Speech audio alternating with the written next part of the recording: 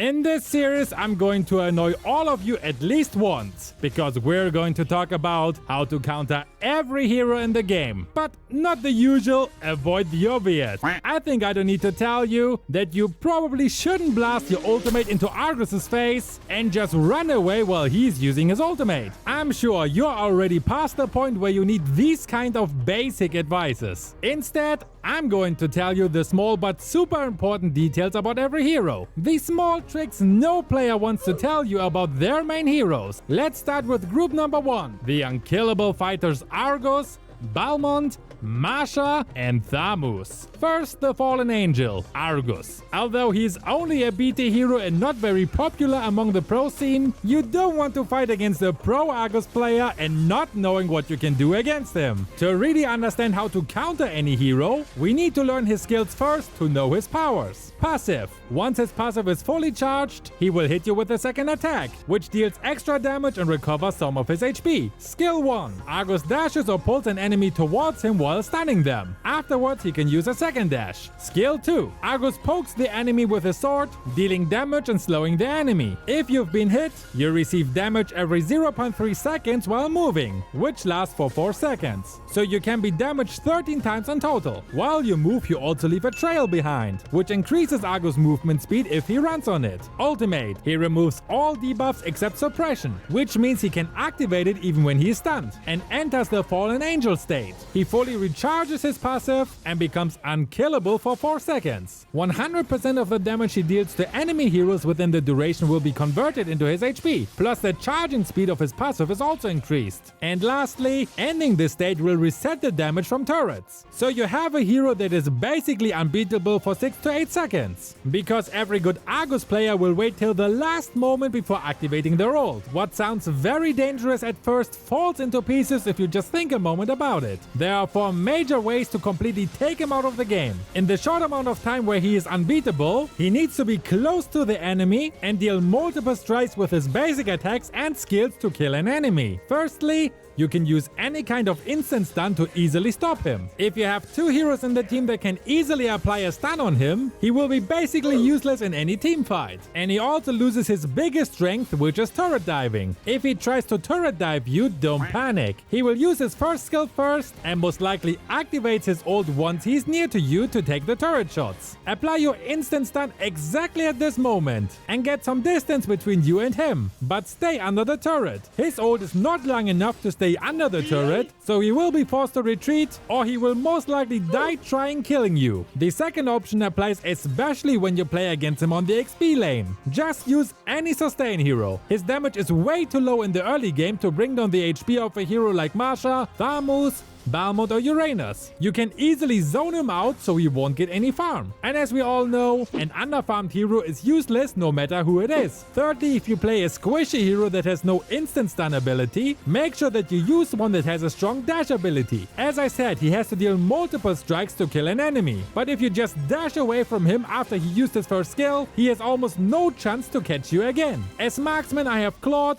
1-1, Melissa or Nathan in mind. As mage Kagura, Lilia or Kadita. And as assassin Fanny, Ling, Lancelot, Hayabusa, Benedetta and so on. And most fighters and tanks can sustain his damage anyway, so they don't need to dash away. And lastly, teamwork completely kills him. If you fight with another ally against him, you can easily force him to activate his ult because otherwise he dies. Then you just wait till it's over and give him the rest. Avoid all damage while he uses his ult, so he don't have his full HP after the ult is over. To sum it up, if you know how his skills work, you can just easily outplay Argus with dozens of heroes. Also make sure to re-download Mobile Legends right now with Aptoide. You get basically more diamonds for the money that you have spent, as you can see on this neat looking graphics that I have made. The step-by-step guide with all the facts is in the description box and also in the pinned comment.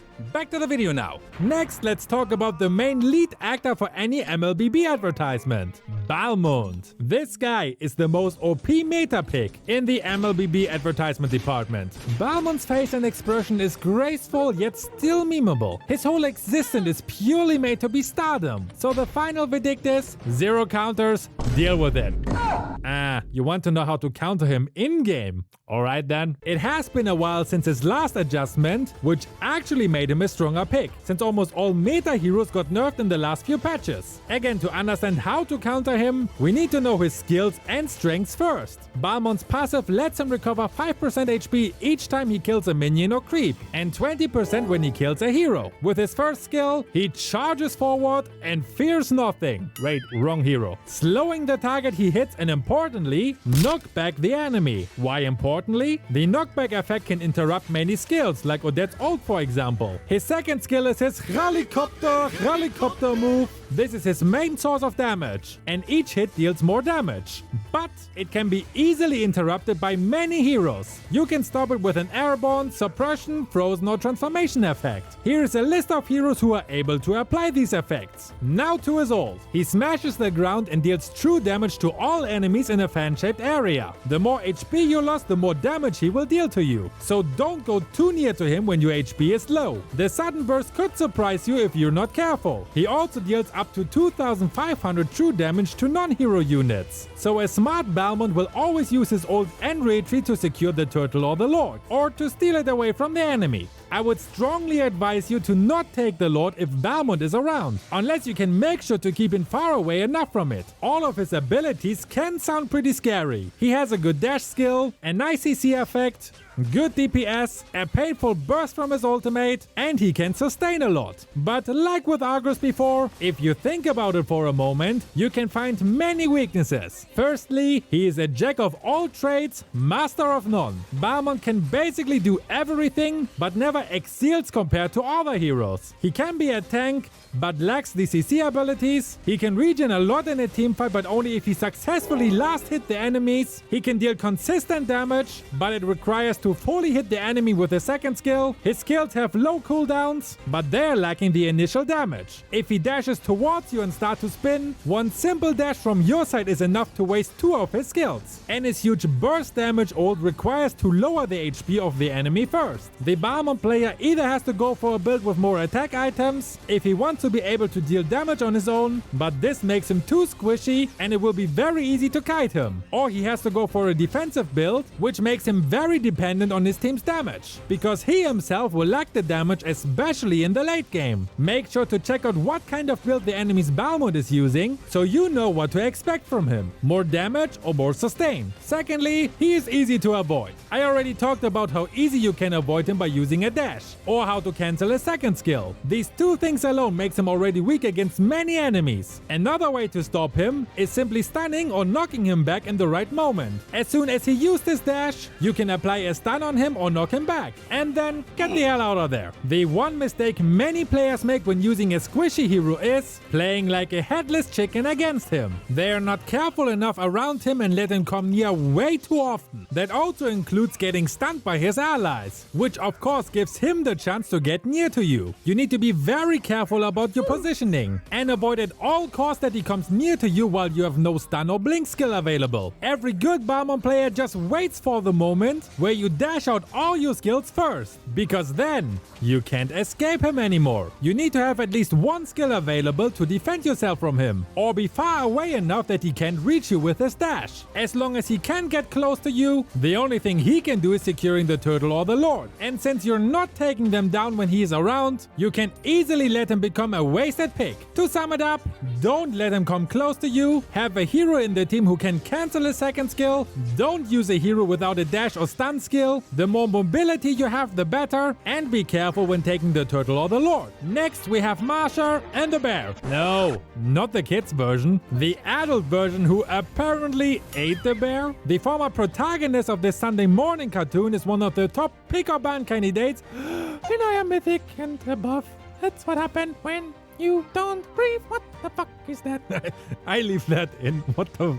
I don't care. Masha is a flexible hero to pick. She can be used as initiator or flanker. I personally think her ability to flank is what makes her more annoying. She has 3 health bars and can have a lot of HP. And when I say a lot of HP, I mean a lot of HP. Each of Masha's HP bars benefit from items and emblems. So if the attributes show your max HP is 10,000, her max HP is actually 30,000. It makes her one of the tankiest heroes in Mobile Legends. But not only that, she can also dish out a huge amount of damage, even with her tank build. Or should we say, HP build. Let's take a look at her skill set first. Her passive gives her 3 HP bars. And she gains a lot of buffs when her HP is low. For each lost HP, she gains attack speed. After losing her first HP bar, she gains 25% lifesteal and another 15%, plus 60% resilience against CC after losing the second one. Resilience means the duration of CC effects is shortened by 60%, except for strong stunts like airborne or suppression. Her first skill is a buff skill, which gives her movement speed and enhances her basic attack. She deals extra damage based on her max HP, but she's also losing 3% of her max HP every 0.5 seconds. You can see if it's active or not by the activation animation, or by seeing her running towards you like a maniac. With her second skill, she sends a shockwave forward, dealing damage and slows the first enemy it hits. The target will be unable to use basic attacks for 2 seconds, or until they retrieve their weapon. With her third skill, she can fill up 1 HP bar, but this can't be used in a battle. She needs to be outside of a battle situation for 3 seconds before casting it. She also becomes invincible while casting the skill. With her ultimate, she charges toward the target, dealing damage and slows them down. If they're still alive, of course. Casting the skill consumes 50% of her current HP bar. She's immune to CC effects during the charge and gains 30% damage reduction for 3 seconds afterwards. The damage scales with her extra HP, and with a full HP build, she easily deals over 4,000 damage with it, which is really high for a sustain hero. That all sounds pretty scary, but she still has many weaknesses. Firstly,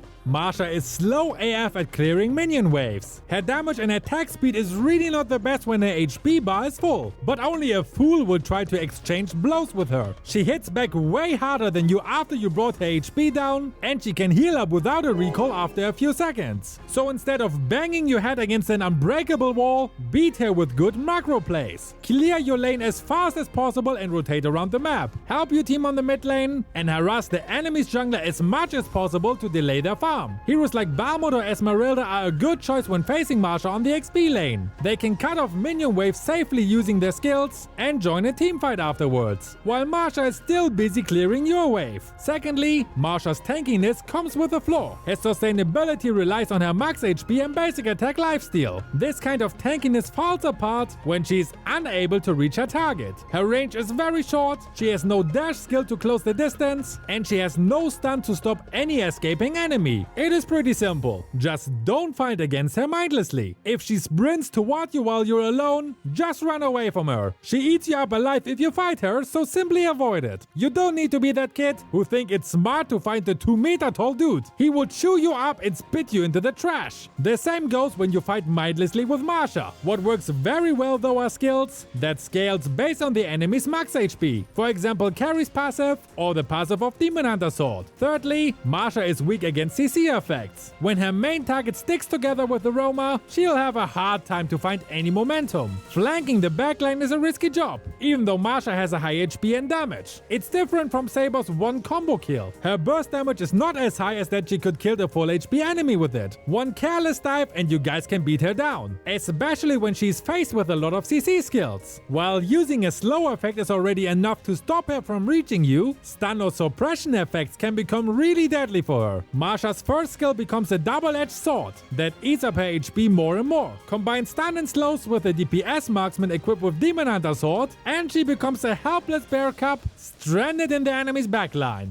As last hero, we have the Jujutsu Kaisen boss, Thamuz. After the latest adjustment from Moonton, this Lava Lord became the strongest hero in the laning phase. In the pro scene, you'll often see him as the top pick for the jungler or XP lane. Most fighters have their power spike at level 4, but this guy is built different. His power spike is not on level 4 or 3, not even on level 2 like Selena. His power spikes begins on level 1, where he is unbeatable. Unless you believe you know a hero that can beat him on level 1. Then write a comment which hero can beat him and why. I'll wait. The current meta demands that the XP laner is independent and strong, so it is an obvious choice to pick a hero with the abilities to dominate the lane. Thamuz has it all. He slaps like a beast in the early game, his passive can easily trigger true damage and slows, he has a huge lifesteal potential, and when you combine him with Corrosion Scythe, your attack speed goes through the roof and you can call it a day. Only fools dare to fight him in the 1v1 on the lane. So let's take a closer look at his skills first. His passive has two different effects, depending on if he holds his Scythe or not. His basic attack while holding his Scythe has the chance to trigger the lava energy effect, which deals true damage to the enemy. Without his Scythe, his movement speed is increased by 25% and his next basic attack will be enhanced. This enhanced basic attack will slow the enemy by 30% and guaranteed trigger the lava energy effect. With his first skill, he throws his weapon forward, slowing enemies that has been hit and deal continuous damage to him. He can use this skill again to retrieve the Scythe back to him. When the Scythe travel back and hit an enemy, they will be pulled towards Thamuz, which can also cancel skills like Odette's ult. With his second skill, he will jump towards the area, damaging and slowing enemies upon landing. When his Scythes are still traveling, they will return and reset the cooldown of his first skill. With his ult, he buffs himself. He heals himself, get more max HP, more attack speed, and extra lifesteal based on his max HP. The Fire Aura also deals damage to all nearby enemies every 0.5 seconds. Now you should understand his power. He can easily deal true damage multiple times, while also regenerate a lot of HP while fighting anyone. High damage plus high sustain? Have fun battling this monster, but you will have fun rearranging his face once you know how you can counter this guy. Firstly, he's weak against enemies with kiting abilities, for example Uranus or Cho. Both of them can easily outrun Thamuz with their dash skills or bait him into a bad situation. Thamuz is just too strong for his own good. It is so easy to just overextend in a fight after dominating the laning phase. Even experienced Thamuz players sometimes fall into this trap. After charging forward, he will have a hard time to retreat back, especially if he dives too deep within the enemy's territory. All his regen and damage doesn't help him if he gets beaten down by 5 enemies. Secondly, like the others before, he is weak against CC abilities. Even though he's almost unbeatable with his true damage and lifesteal, simple slow or stun effects can easily ruin his play. His ultimate heavily relies on his basic attack lifesteal, and getting heavily CC'd will prevent him from regenerating his HP back. Even though the Vengeance spell will probably save his life, the cooldown of it is just too high to waste it on a failed teamfight attempt. The third weakness is his flexibility. Most meta XP laners have the ability to flank the enemy's backline, but Thamuz doesn't have any strong CC abilities like other fighters. This takes the element of surprise effect away from his arsenal. Long-range heroes can read his movements easily and avoid all of his attempts to get close to them, making Thamuz only strong in the front-to-back strategy. Also remember the basic rule when facing Thamuz. Don't waste your time trying to fight him in a 1v1. Focus on clearing your lane in the early game and help your jungler to take objectives or gank the middle lane. Keep your distance when fighting Thamuz and just run away when he popped out his ultimate. Or bait Thamuz to your hiding teammates so you can ambush and outnumber him. As you can see, to counter a hero you need to know the small little details. These small details are what separates an average from a good ML player, which is why you should follow my solo Q to Mythos series, where I use a different hero in every match, explain the mechanics and my micro and macro plays, and laugh about some epical glory noobs as well. See you, brother!